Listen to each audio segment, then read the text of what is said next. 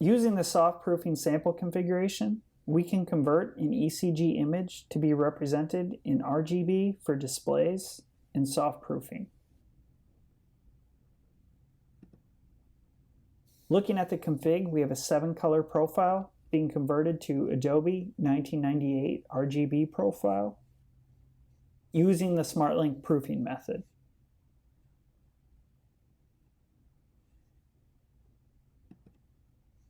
The configuration does a complete rasterization of the file.